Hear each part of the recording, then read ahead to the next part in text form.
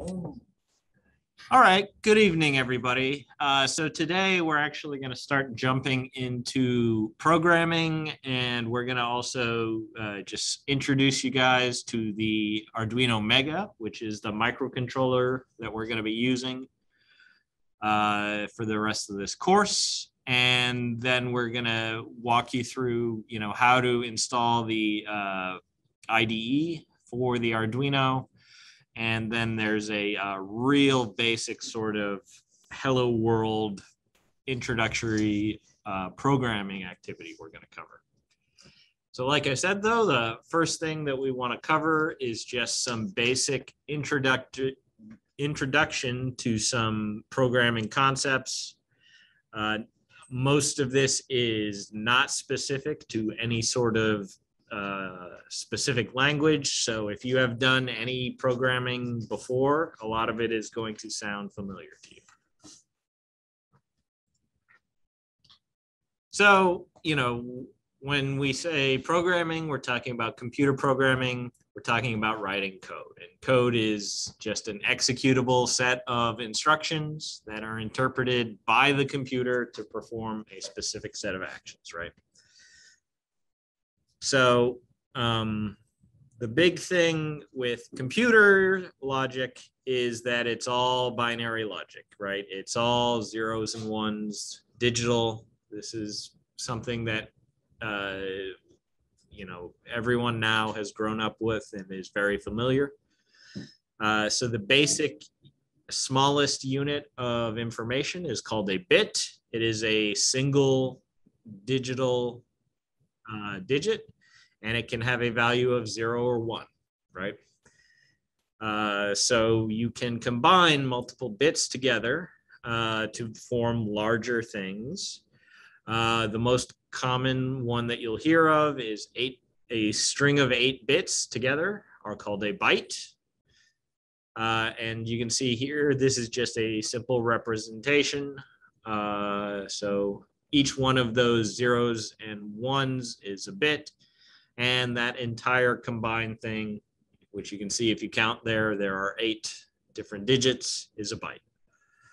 So, this is the basic building block, and we combine these bits together to represent numbers and other things. So, the most useful thing that we want to probably think about is how do we represent numbers in binary? So normally the number system that we use is the decimal number system, right? There are 10 possible values for each digit, 0, 1, 2, 3, 4, 5, 6, 7, 8, and 9, right? And we can show larger numbers by combining these multiple digits, right? We combine a 4 and a 2, and we get 42. We're going to do a similar sort of thing with these binary values, but it's not going to be a 4 in the tens and a 2, right? Because there's only 2 possible values, right? We only have zeros and ones. So we are going to do all the same sort of operations, adding, subtracting, multiplying, and dividing, and we want to be able to represent larger numbers, but it works a bit differently, but it uses the same basic concept as the decimal number system. So because there are only 2 possible values, the binary system is a base 2 numerical system. Just like the decimal system, there are 10 possible values. It's a base 10 system, right?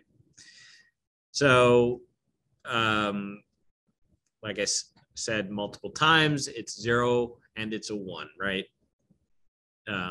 But because of that, it's a little bit harder to just look at a number in its binary representation and be able to instantly swap over what the value is in decimal, right? Because you're used to dealing with decimal. It's it's how you learn to count most likely. It's the number system you've used since you knew what numbers were. So the way that it works is just like if this was decimal, this would be my zeros, this would be my tens, and this would be my hundreds, right? So that's 10 to the 1 and 10 to the 2. In this case, it's going to be powers of 2. So it'll be 2 to the 0, which is the 1s, 2 to the 1, if you wanted to call it the 2s, and then 2 to the 2, right? So the 4s. So, and in each case, you either have a 1 in that place or you have a 0, right? So 0 is pretty easy, right? It's 0, 0, 0, right? I have 2 to the 2 times 0 plus 2 to the 1 times 0 plus 2 to the 0 times 0, right?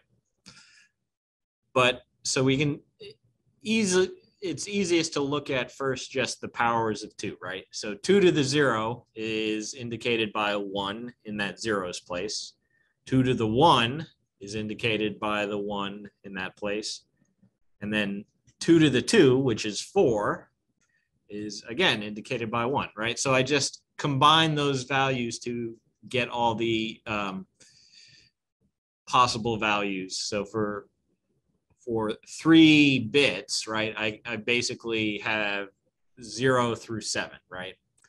And the next highest value would be 2 to the 3, which is 8, right? Which would be 1, 0, 0, right? So we call the rightmost value the least significant bit, right? It is the smallest bit. The leftmost value is the most significant bit. So, like I just said, the way that you do this conversion from one way to another is you take the place, you raise 2 to that power, and then you multiply it either by the 0 and 1, right? So again, this is just another example. So if I have a 4 binary digit number that is 0, 0, 1, 0, right? I start either, so I can really start either on the least significant or most significant bit. This example, you know, it's best to keep it in the same order, right? I think. Otherwise, if you go in a different order, you might get confused. So we start with 2 to the 3, which is this digit right here, times 0, plus 2 to the 2 times 0, plus 2 to the 1 times 0, and plus 2 to the 0 times 0, right? So I do all the powers. I have 8 times 0, 4 times 0, 2 times 1, and 2 times 0, right? So what this value converts to is 2 in binary, which is, it's pretty easy to see, right? All we had was a single 1 in the 2's place. But, right, you can see that I can extend this basically to any arbitrary number of digits, you know, and it will get much more complicated, much more difficult to just look at a number and see what it is as a string of ones and zeros, unless you take the time, you know, to do some sort of conversion like this. And then, you know, converting the opposite way, you basically have to divide by, you have to do a repeated process of dividing by 2 and then carrying a 1, right? So if I'm gonna, so I'll start with my number, right? And I'll divide by 2. And I'll either, if it's an even number, right, my carry will be a 0, and if it's an odd number, I carry a 1, right? So this is starting with the example 294, right? So first time I divide by 2 and I get 147. My carry is a 0, right? And I repeat that, 147, right? Now it's an odd, so my carry is a 1. And I repeat that all the way down until the remaining number is less than 1. Is this like similar to doing modulars? Yeah, yes. I mean, you're effectively doing the same thing. That's what this carry is. It's really the modulus, right? And then once I've gotten this all the way down, if I want the decimal number, I start at this bottom and I go up, right? I mean, honestly, usually though, if I need to convert a decimal to binary, I don't try and do it longhand. I will type in, what is 194 in binary in Google and then use some sort of converter. But it's important to understand how that process works so that you can do this. Yes. Because the answer is in like 1 byte, but that's 9 digits. So we have most of the. So the question is this is actually 9 digits, right? And what it is you could not represent the number 294 within a single byte. So often because you can only basically represent 0 to 255 in a single byte, you're going to have most of your data types are going to be larger than 1 byte, right? So it'll be something that we're basically going to have, yes, a more significant bits beyond the 8th bit, right? So, and it'll usually go up in multiples of 8. So you'll see 16-bit or 32 or 64. So when we get to programming these types, what they're called, those variable types will take up different amounts of space, and they'll have different limitations as to what sort of information you can store within them based upon that size. So one thing that you will often see is, because it's so hard to just look at these numbers and recognize what it is, there's a few shorthands that have developed. And one of the most common is called the hexadecimal system. And that means base 16. And what you're doing is you're combining 4 bits into a single digit, right? So for the values of 0 through 9, it's easy. We just use the decimal values 0 through 9. And then we switch over to letters. So we use A, B, C, D, E, and F. And those correspond to A is 10, B is 11, C is 12, D is 13, E is 14, and F is 15. And what this allows us to do is, if we need to actually represent a binary value, we can use, for example, bytes is something you'll often see represented in hex, because 2 hex digits will give you a single byte, right? But all that we're really doing is combining 4 binary digits into a single hex digit, right?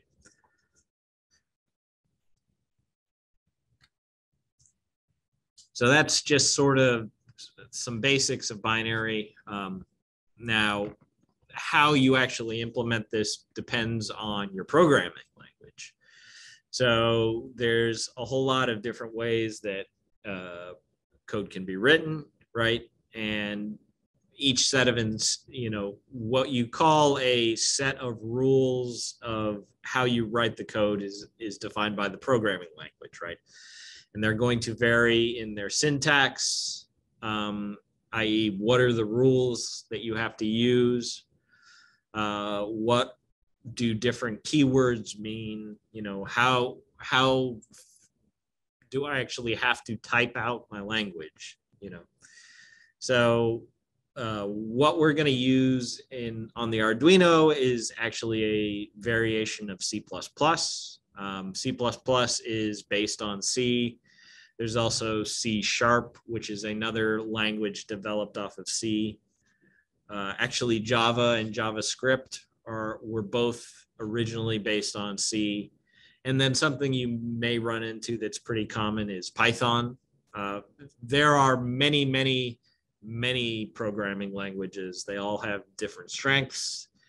You may find that you prefer one or another for different tasks. Some are faster, some are slower, some are much more easier to develop a working program.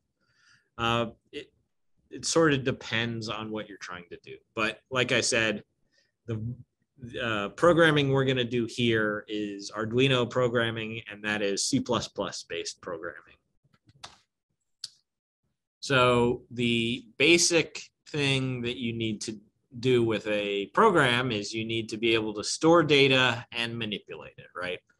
And you do that with variables. So variables are pieces of data that you store in memory, and then you either recall or change them, right?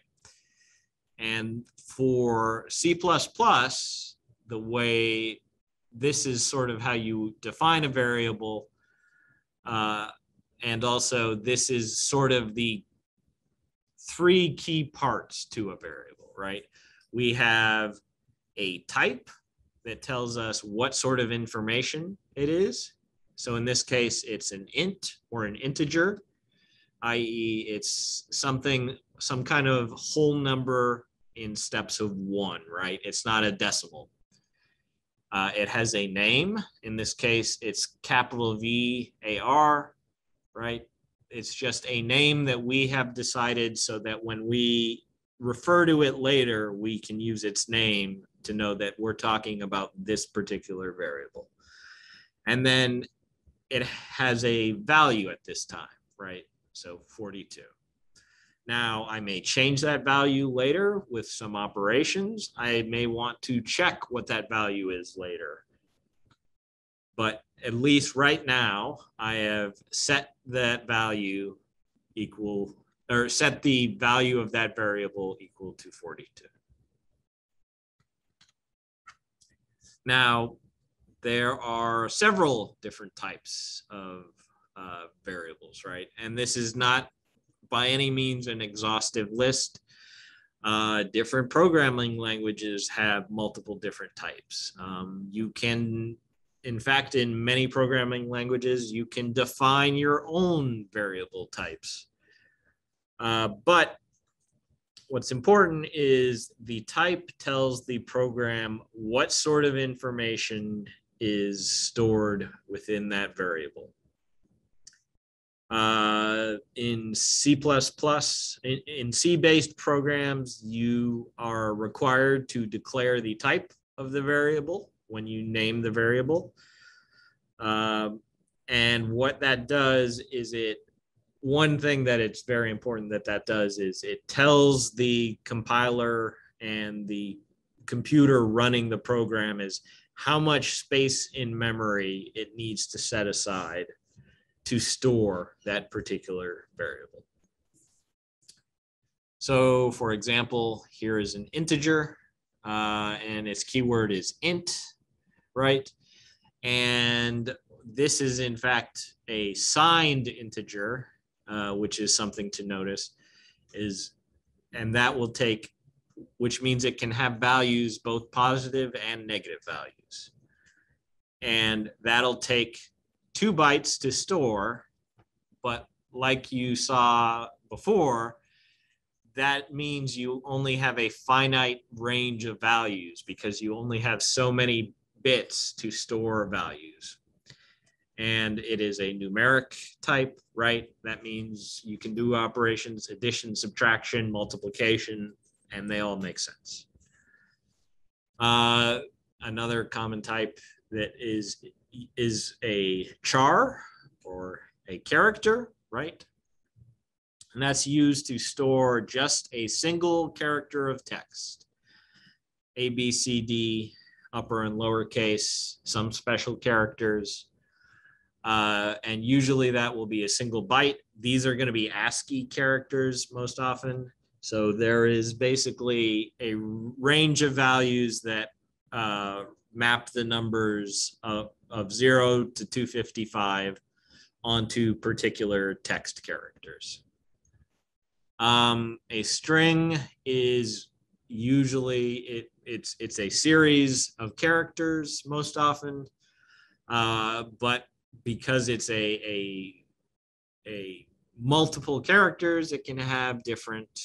It can take up a variable amount of size, right? One of the simplest variable types is a Boolean or a bool, right? It's a true or false. It's a 0 or a 1. For decimal values, you usually use something called a float, which is called that because it's a floating point precision. And that is basically going to store a decimal times some exponential, right? In this particular example, that's 4 bytes, and that gives you a pretty broad range of, because you're using an exponential form, right? You can get a pretty large number and a pretty small number because you can have a positive or negative exponential. And then usually you can take most of these values and create an array of them, which is basically a sequential adjacent sets of values of the same type, right? So I can have a character array where I have, multiple characters in a block of memory. I can have an integer array. I can have an array of floats.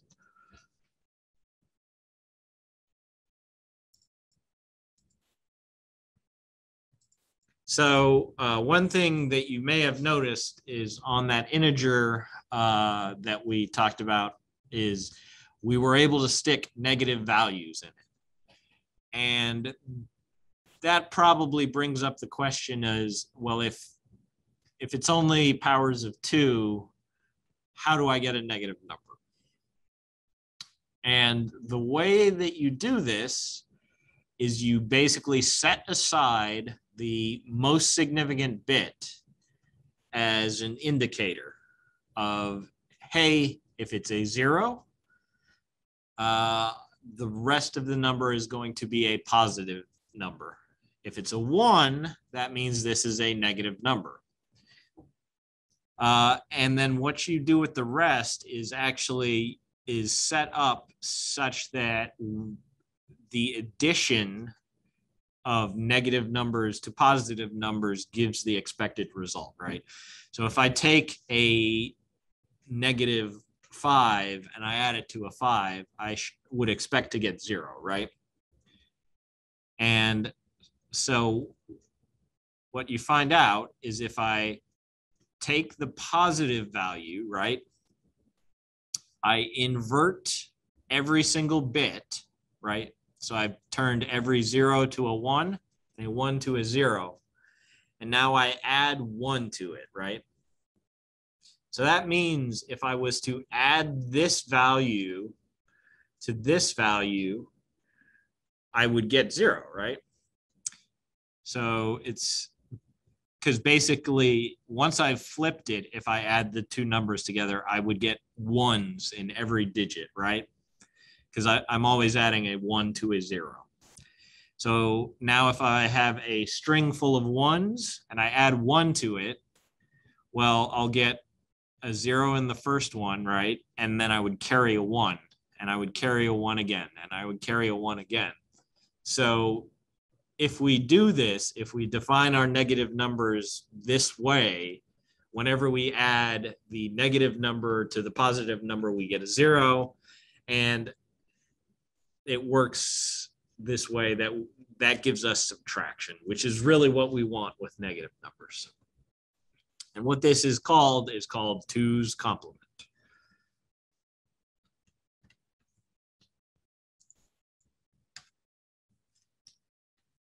So if we know how to create variables. We know how to store them in memory with values.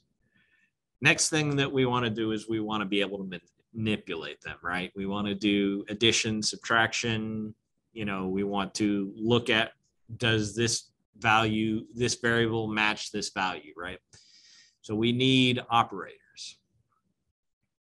So you can lump your operators into a few different types. You can have arithmetic operators, right? Addition, subtraction, logical operators, equal, and, or, conditional, if, then, bitwise operators where we're looking at the individual bit values rather than, like numerical things, and comparison, greater than, less than, that sort of thing.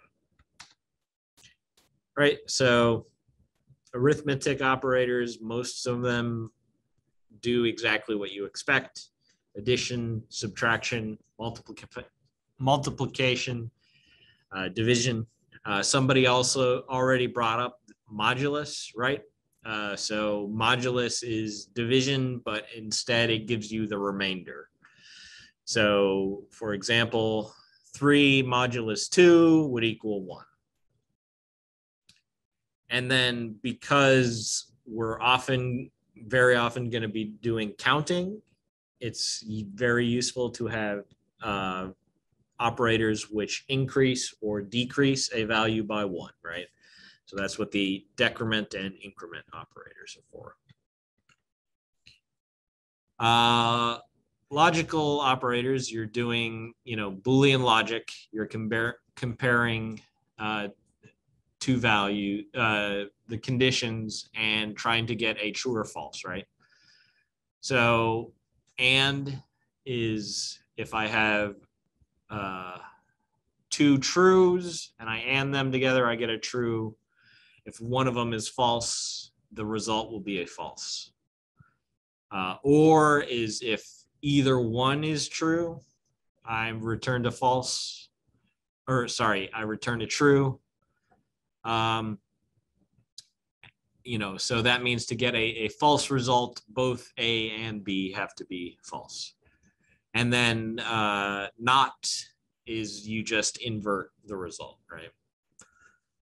And there are a few other, there's like exclusive ORs and some other ones, but these are sort of your basic building block ones. And you can actually generate whatever other manipulations you want with these operators. So sort of extending that is you then want conditional operators where you can not just have, Boolean values. You want to generate an expression. So these are going to return a true or false depending on some expression that you give it. And you can see how you would then use the logical operators to build more complex expressions. So for example, we have if statements, we have else if statements, right? Or just else's, right? So if expression 1 is true, do that, set A equal to A1, right? Else if would be like, when this one's not true, you proceed to this, and I now check this one. Well, that's also not true. I'll proceed to this last statement and always do that if the above was false, right? Bitwise operators are similar to the previous ones where you're doing logical operations, but you're doing it bit by bit, right? And I can actually return the bitwise value. So if I have a string of ones and zeros in a byte, and I have another one of those, I can do ands on each one of the individual bytes and get the value for that, or each individual bit, sorry.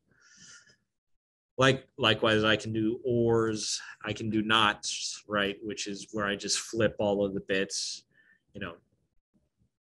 these are where you're manipulating individual bit values of the variable. These are less common, but they can sometimes be useful. And then obviously, again, building conditional statements. We want to be able to compare values. We want to see, hey, is this variable equal to this other thing? Is it not equal to it? Is it less than, greater than, right? These are the sort of things that you're going to put inside those expressions of those conditional operators. So the basic building, or the sort of functional unit that you generate, is called a function, right? It's something that you write that's going to perform a task. And usually you use a function because then you can call that function again and do it over and over again. So again, in specifically Arduino and C-based programming, you specify a type of the function, and what that is it's going to return a value of that type. A lot of times you don't actually need it to return something, so you'll use a void type. But for example, I could write a function that multiplies two numbers together, so I would want it to return an int or a float depending on what the two numbers are. And then you give it a name, and then you have a set of parentheses, and inside those parentheses, you're gonna put whatever variables whatever information that you're gonna send to the function. And then the actual function itself, the instructions are inside those braces, and at the end, there will be some sort of return statement that does whatever it does to end the function. So like I said, a lot of times you don't actually need to return a value. You just need the function to go do a thing, in which case you'll use a void type. Arduino has two special void functions that are going to be in every single program. If you open up a blank Arduino program, which is called a sketch, there will already be those two functions declared, and it'll look like this. And those two functions are the setup function, which is going to run initially one time when the Arduino is started up. So it'll run through whatever is in this setup whenever the Arduino gets powered.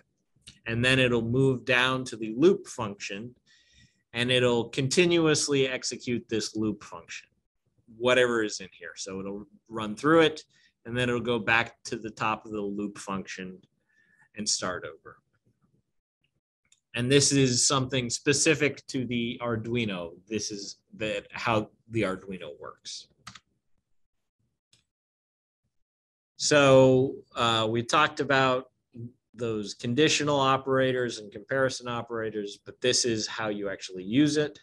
You say, the most basic one is an if-else statement. You say if, and then you define the conditions that I want to check. And if those conditions are true, you execute the part that is in that other brace. You can use an if without an else. If you do that, it would just check the if, and if the if is not true, it would skip over it. But often you'll want an else, so you can then use an else where it will then proceed to do something when that original statement is not true. If you want to basically have another check, like you see here, you would use an else if, right? So I would check, is A greater than or equal to B? If it's not true, I would immediately proceed down here. I would check if B is less than 0 and B is not equal. If A is less than B and B is not equal to 0, do this, right? But it will only do this part if this is not true and this is true. So that's sort of how you set up if else statements. Something that's particularly useful and common to do in programming is loops, right? Where we want to do something over and over again. Maybe we want to do it a set number of times or until some particular statement is true. And this is how we're going to do it. We're going to use loops. There's two basic ways that loops check for their statement. They either pretest, and what that means is they check their condition at the start of the loop, or they post-test, which means they check at the end of the loop.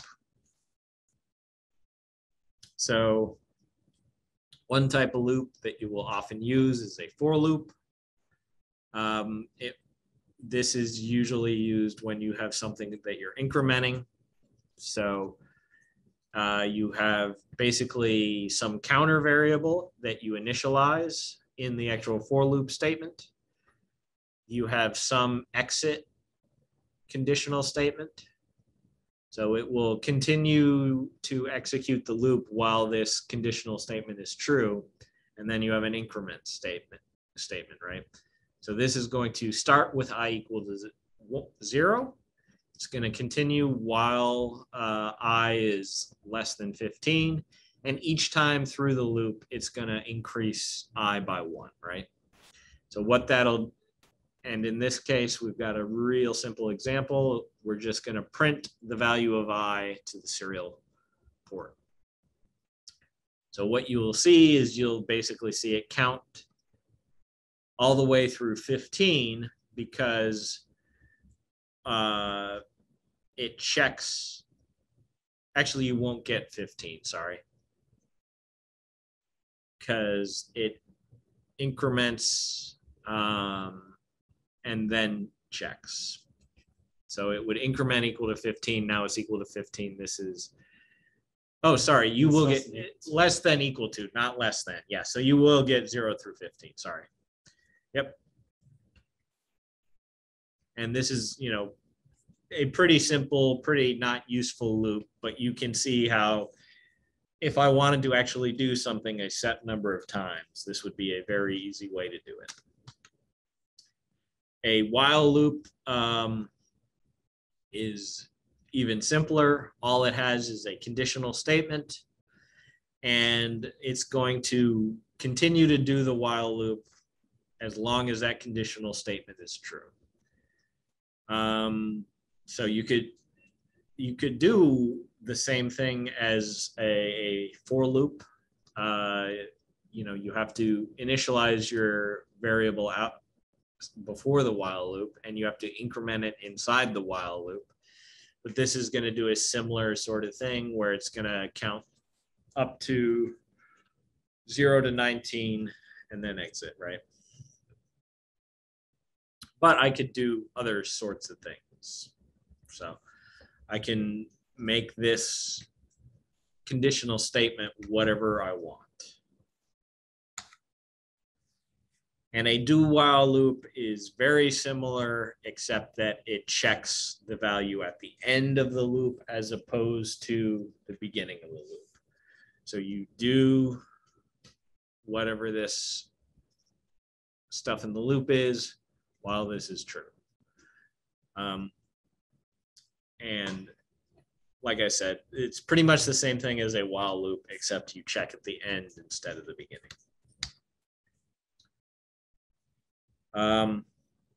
So a good practice that you want to use in programming is commenting your code. So there's a few different ways to do this. In a double slash will let you leave a single line, whereas a /* will open a multi-line set of code, and a */ will code it.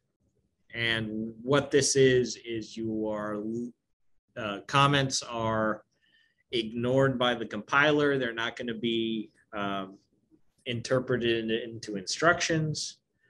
What this is good for is documenting and explaining what your code does so that it's easy for other people or yourself to come back and look at the code and see what you were trying to do. So this is an example of somewhat good commented code. You look, and basically every single line of code has a comment to it, explaining what each little bit of this code does. There's a comment up at the beginning that tells you what this entire block of code is supposed to do. So this is the sort of practice that you want to get into. It's very easy to,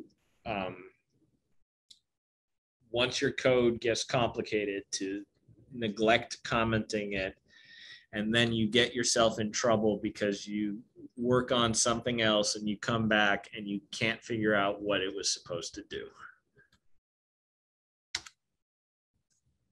So this is, not what you really want to do.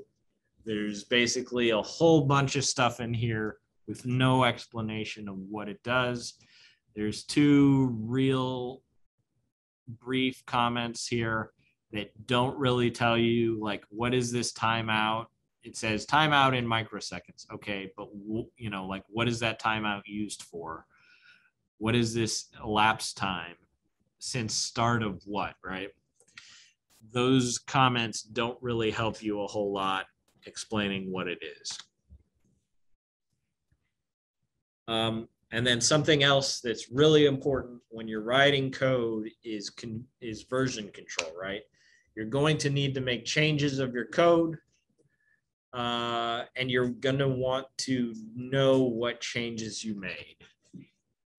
And this is, the practice of documenting that and keeping control of old versions, or, keeping old versions and not just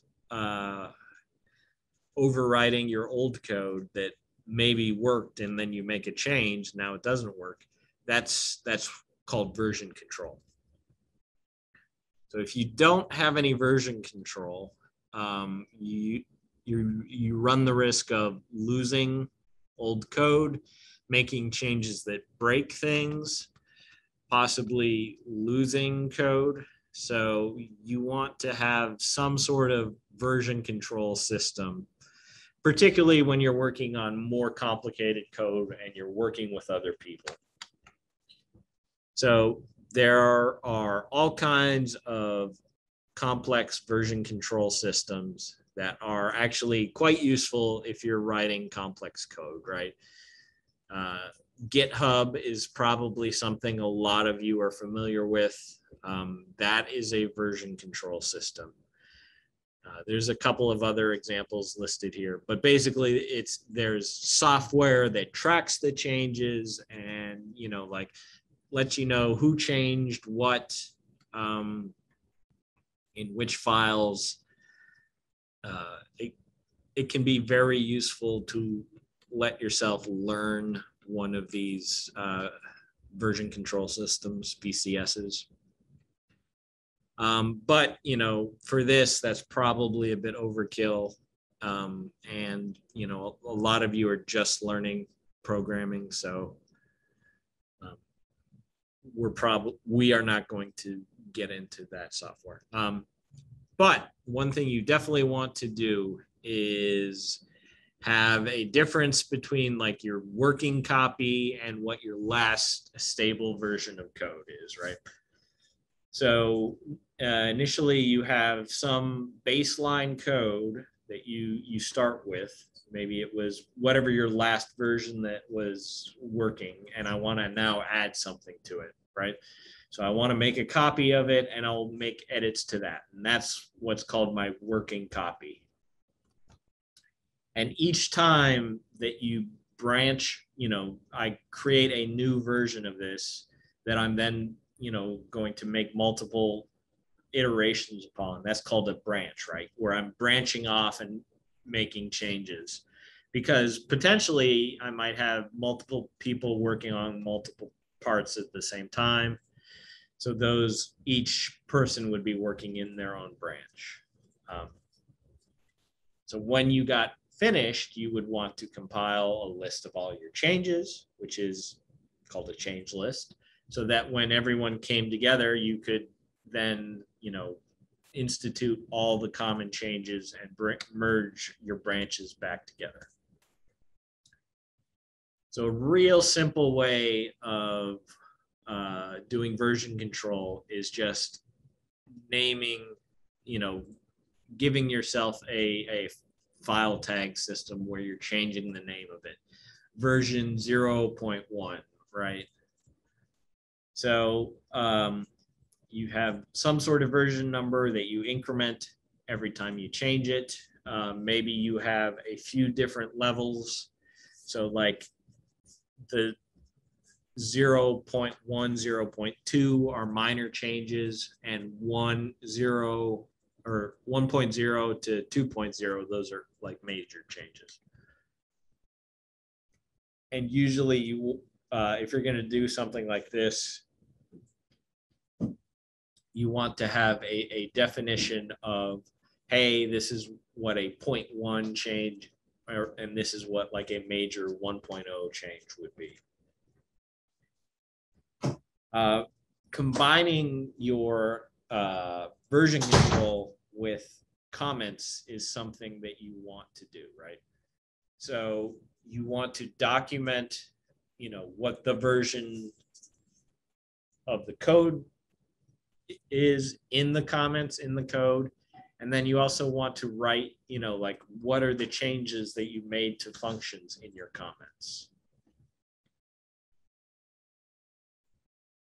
And this goes both for a individual function and your entire sketch, right? A sketch is your entire Arduino program. So up at the beginning of your sketch, you probably want a version block where you're keeping track of, here's the changes that are being made with each versions. And this is an example of that, right? So I have a sequential history going back through all the different versions. I have what that version is and a description of, what did that version change do. So once you've written your code, you're probably going to compile it, and maybe it'll run or maybe it won't. And you'll probably get some errors and you'll need to troubleshoot it. So you're going to want to look at your syntax, right? Did I properly format my code? Do I have conditional statements with my ifs? You're going to look for basically what's your punctuation.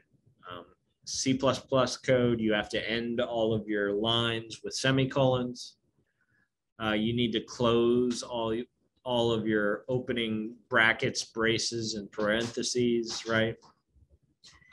Maybe you didn't correctly place your conditional statement, so you're not getting out of your loops. Maybe you're using a wrong data type and you're trying to do an operation that doesn't make sense. You also want to be careful about maybe I'm using a local variable, which is a variable you declare inside of a function. So other functions can't see it. So you're trying to use that local variable in another function. So maybe it's not accessible. So the important thing is to be systematic and document how you do your programming, right? There's always going to be more than one way to do it. There's going to be different styles with different programming. So you want to write your code in a way that's clear and easy for someone else or yourself to navigate. You want to, take advantage of the white space, right?